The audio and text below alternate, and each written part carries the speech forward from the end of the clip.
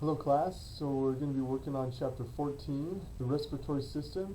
We're getting closer to the end of the book. This is now into unit 5, just have a few chapters left. So we're going to learn a little bit about the respiratory system, the functions, and the anatomy and physiology of the system. As far as the functions go, this is a pretty simple system because the function is just gas exchange. So in order for our cells to metabolize, to survive, they need oxygen in order to create ATP, and they need to get rid of CO2, which is a byproduct of producing ATP. And so that's the job of the respiratory system, is to get that gas into our body and then get it to all of our cells. These are the steps of respiration. There is pulmonary ventilation. So when we think of the respiratory system, mainly I think we think about breathing in and breathing out, and that's a very important part. And that's what pulmonary ventilation is. That's actually getting the air in and getting the air out of our body. We have two parts to this. We have inspiration, we have expiration, breathing in, breathing out. So that fits pretty easily. Now, but when we're actually talking about respiration itself, this is the exchange of gases. So we have two types of respiration that happen. We have external respiration and internal respiration. So once that air gets into our body, inside our lungs, then somehow we have to get it to all of the cells. And that's the purpose of external respiration and internal respiration. So external, this is exchanging the gas with the external environment, which is inside our lungs. So once the air is inside our lungs, it has to diffuse into our bloodstream. Oxygen diffuses in, CO2 diffuses out, so we can breathe it out. That's external respiration, the interchange between the blood and the lungs.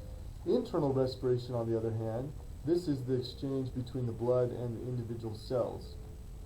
So once that oxygen gets into the blood, it then goes to the cells, and then the oxygen diffuses into the cells, and CO2 diffuses out into the blood, from at which point it's taken back to the lungs and we breathe it out.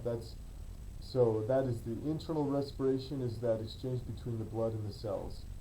And then the transport of gases, so moving those gases around the body, both the oxygen to our cells, the CO2 away, the waste products away. So we'll look at each of these in sequence and go through in more detail those different steps and how they work and things like that. Okay, we just talked about ATP. So ATP, remember, this is the energy currency of the body, specifically of the cells, and we produce that through the breakdown of glucose. So you take glucose and oxygen, and a chemical reaction is used to produce ATP, and then that produces the byproduct of CO2. So this is kind of where everything comes together. This is the relationship between the digestive system, the cardiovascular system, and the respiratory system. So when we eat food, we're getting those sugars that we need in order to give to our cells so that they can carry out this cellular respiration. Cellular respiration is kind of like it is like a combustion engine that you use to drive. You put in gasoline and you put in oxygen, and we create a spark which creates combustion. So that gasoline is broken down with the oxygen. The byproducts are CO2 and water, and we produce energy of movement. So our cells use basically the same process, except we use sugar instead of gasoline. We use oxygen, which comes from the respiratory system, and then that breakdown of that glucose, that sugar, with oxygen produces energy in the form of ATP in this case, and then also CO2 and water as byproducts. And CO2 is a waste product that we have to get rid of, and that's also part of the respiratory system's job. And then the cardiovascular system is what carries those nutrients from the digestive system, like glucose, around the body, and then also transports the gases, oxygen and CO2. Here is the respiratory tract. So it's just found in the upper part of our body, in the thoracic cavity. Starts with the nasal cavity. One of the things I want you to understand and know is the pathway that air is going to take as it goes into the lungs. It's kind of like we did with the cardiovascular system when you're learning the pathway of blood. This however, isn't a circuit. It's a one-way in, one-way out type of system. So it starts in the nasal cavity. From the nasal cavity, it's going to go down into this area called the pharynx, and then into the larynx, then into the trachea, into the bronchi. We have two bronchi, right and left bronchi, which then branch into bronchioles. And then finally we get down into what are called alveoli, which aren't shown on this picture, but we'll see them a little bit later. And then down below the lungs we have this diaphragm. This is a skeletal muscle, and its job is to help us in this respiration, and getting air in and out of the lungs. Okay, so let's talk about each of these a little bit more detail. So we can, let me go back here. So we can breathe in through our nose or our mouth, but the nose has some special jobs and some special anatomical features that make it important for breathing. One of the things that we have nasal hairs, which are there to catch foreign debris and things like that. And then we also have microscopic hairs called cilia. Hopefully you remember what cilia are. So I'm going to go down here so you can see the cilia. So if you look on the edges of these cells under the microscope here, you can see these little hair-like structures. Here's down below, the lower picture here, we have an electron microscope view of these cilia, and you can see those cilia sitting on the hairs. They look like, sitting on the cells, they look like little hairs. And their job is to beat and to move mucus, which is produced by some other cells in this system here. Mucus is produced and it's released outside of these cells, and then the cilia are going to wave, they're going to move in time, and what that does is it moves the mucus to where we need it. So we have these cilia in the cells of our nose, and we also have the mucus. And what's happening here is as we're breathing in, bacteria, debris, dust, whatever it might be, gets caught in that mucus membrane inside our nose. And then the cilia of these cells are going to, basically they're like little brooms, they're sweeping in time, they're sweeping that mucus with all the stuff that it's caught. It sweeps it back to the back of our throat, and then we can either spit it out or swallow it. Same thing is happening with our trachea. If we go back up here. So we have these cilia in the nose that are moving the mucus backwards towards the throat. We also have ciliated cells in the trachea, and they have mucus as well, and they are pushing that mucus up out of the respiratory tract. So cilia in the nose moving it down, cilia in the trachea moving it up. We call this the mucociliary escalator, and then and its job again is to keep things clean, to clean that air as it's coming in. The other things that happen inside the nose, so it's a warmer environment. So when we're breathing in air from the outside, if it's cold or if it's hot, we want the air to be warmer as it's going down into our lungs. And so one of the things that our nose does is it helps to warm that air as it's coming in, and also moistens it if needed. This is all if needed. So it moistens it, it warms it up so that when it goes down to our lungs, it doesn't create a dangerous or uncomfortable environment for the cells in our lungs. And part of that is done by these little ridges inside our nose. So as the air is coming in, it doesn't have a straight path down into our lungs. There's these little ridges and things that cause the air to get bumped around. And as it does that, it's coming in contact with the mucous membrane, so it moistens it, and then it stays in this area a little bit longer so that it can start to warm it up.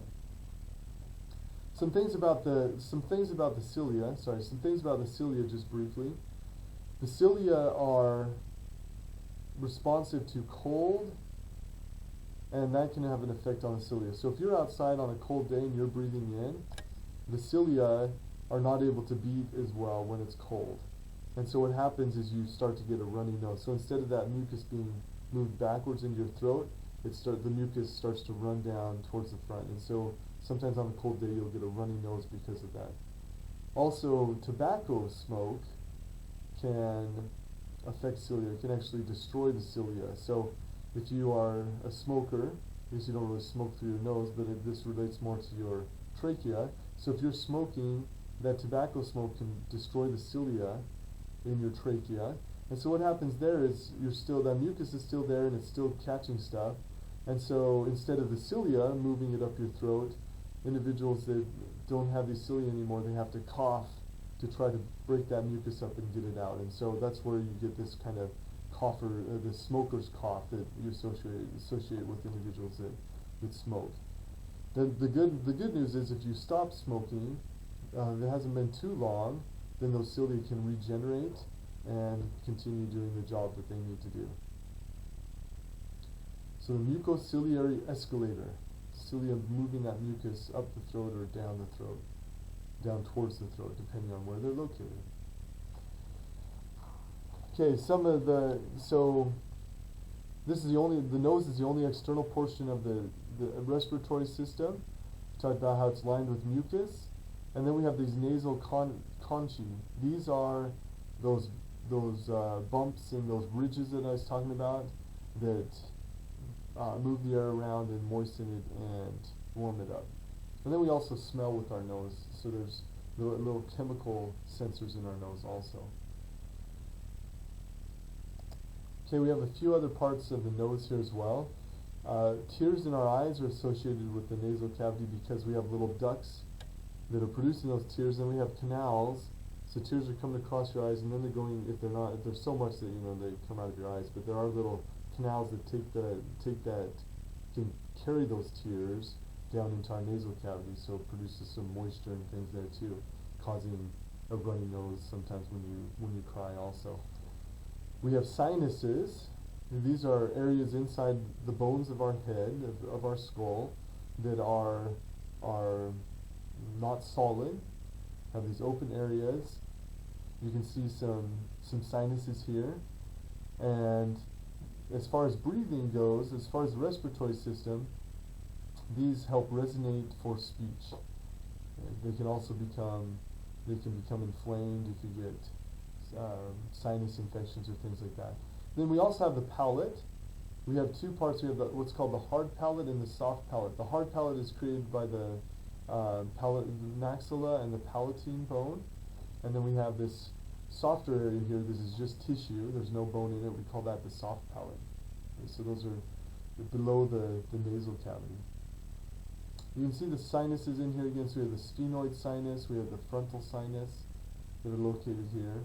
You can see the tongue. And so once we come through the nose, as we've talked about, through the nostril into the nasal cavity with the conchae here, and then we have the pharynx is the next thing in line. We have three parts to the pharynx. So the nasopharynx, which is up towards the nose. So the air only passes through the nasopharynx if it's going through the nose. We have the oropharynx, which is behind the mouth. So air will always go through the oropharynx. And then we have the laryngopharynx, which is down next to the larynx. This is also the common area between the digestive system and the respiratory system. So air coming in goes through the pharynx, and food coming in also goes through the pharynx. These are the three parts. Tonsils are in our pharynx also, in the very back, and their job is also to fight disease, to catch foreign materials, bacteria and stuff like that, and help to keep the air clean and our body healthy. And then passageway for both food and air. Okay, the next thing in line is the larynx. The larynx is a cartilaginous passageway, and this is where the food and air separate. So if food doesn't go into our larynx, or if it does, then it causes a coughing reaction. We try to get it up out of our respiratory pathway, so we don't want that in there. This is also where the vocal cords are that allow us to speak and do other things like that. And this is what the larynx looks like. At the top of the larynx is this little flap called the epiglottis, and its job is when we swallow, think about that swallowing motion, the epiglottis will close down over the trachea or the larynx, because the trachea and the larynx remain open. So if you look at this, we have these cartilage rings around the trachea and the cartilage around the larynx. It holds it open. So whereas the esophagus, where the food is going, it'll kind of close down when there's no food in it. So in order to force the food down into the into the esophagus, we have to close off the respiratory tract using this epiglottis. And the epiglottis is right above the glottis, where the vocal cords are found. So here's the glottis in this picture here. Here's an actual picture, here's a drawing. So you can see where the tongue is located, you can see the epiglottis that would come down and cover everything, and then you can see the vocal cords. So the vocal cords basically vibrate when we're expelling air, and that's what we use to create sound. And we have pitch and loudness. So pitch, how high or low that is dependent on the tension of the vocal cords, and then the loudness depends on how much air we're pushing through there to create that sound. And sound is just waves, vibrations that are moving out from our mouth. Okay, next we have the trachea. The trachea is the passageway between the larynx and then the bronchi. We're not down into the lungs yet. It's in front of the esophagus. So the esophagus goes behind with our food, and the trachea is in front. And you can kind of feel the trachea in your throat, and you can kind of feel the cartilaginous rings that are holding that trachea open. We already talked about the cilia that are associated with the trachea and the mucus, and the mucociliary escalator that's moving that mucus up into the throat. Here's a picture again. That's where the mucociliary escalator is found. Then we have the bronchial tree. So from the trachea we break off into two primary bronchi that enter the lungs. So now we're moving into the lungs. There's a right and a left. And then from there they go into secondary bronchi. And then the secondary bronchi divide into tertiary, which means the third level bronchi. And this is just a matter of the pathway. Get a picture here. The pathway getting smaller and smaller as we're moving into the lungs. So here's our picture. So here's our trachea. Then we have the right and left bronchi. Then we have the secondary bronchi, and then the tertiary bronchi. And then at this point we get into what we call the bronchioles. So the tertiary bronchi become the bronchioles. These are the smallest conducting airways, meaning that we're still just moving air.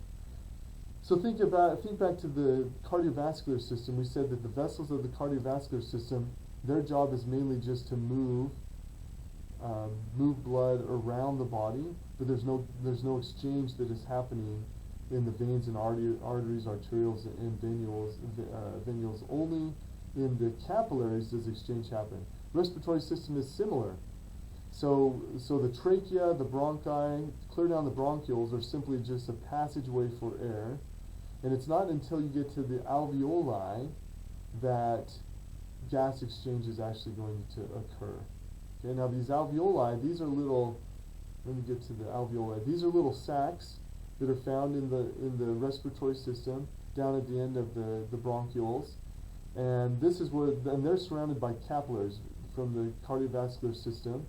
The alveoli, like the capillaries, are a simple squamous epithelial tissue, so they're a very thin single layer of cells, and the reason is because their job is just diffusion. So we don't want really thick cells. We want that oxygen and CO2 to be able to diffuse very simply through these cells, and that's what allows that to happen. Alright, so we'll talk a little bit more about the alveoli. The lungs themselves, they're paired, they're cone-shaped organs. The top of the lungs is called the apex. The bottom is called, so the pointed part of the lungs up here, this is the apex. The bottom kind of more flat area, this is the base, and the base is sitting on the diaphragm. And each lobe is divided into lobules. So our right lung and our left lung have lobes. And there's actually a different number of lobes between the right and the left lung. So you can see the lobes here. So our left lung, which is a little bit smaller again because of that space for the heart, it just has 2 lobes, whereas our right lung has 3 lobes. You can see those lobes there. The lobes, as far as I know, the lobes don't really have any specific purpose, so we just have different number of lobes. Okay, each lobule has a bronchiole and pulmonary arteries that serve the mini alveoli. And then we have the capillaries. And there's a lot of elastic tissue in our lungs that allows it to after we inflate them, it pulls back naturally, and that's the job there. Okay, just a couple of things to talk about here, kind of the basic anatomy of the respiratory system. We have the pleura membrane. We've seen this a number of times now.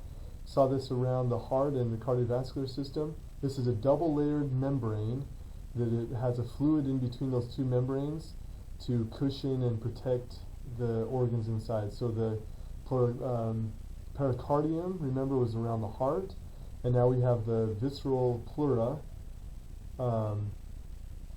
that is around the lungs. So we have the visceral and we have the parietal, and remember that the visceral is around the cavity and the parietal is around the organ itself. So parietal membrane around the organ, around the lungs, visceral is around the thoracic cavity, and you have that serous fluid inside those two layers, and in this case it not only lubricates, not only reduces the protects and cushions the lungs, but it also actually helps hold the lungs open and inflated by creating a surface tension. And so these two layers are held together, and so it keeps the lungs inflated. So if you were to puncture the membrane, then your lung collapses. You've probably heard of people that have a collapsed lung. So if it gets punctured, and fluid or air gets in there, it'll collapse, and then they have to go out and they have to go in and repair that, and then pull out, remove the stuff from between those membranes, so the lung will then reinflate in that case. So it's kind of an interesting situation there. So the pleural membrane, which is a serous membrane.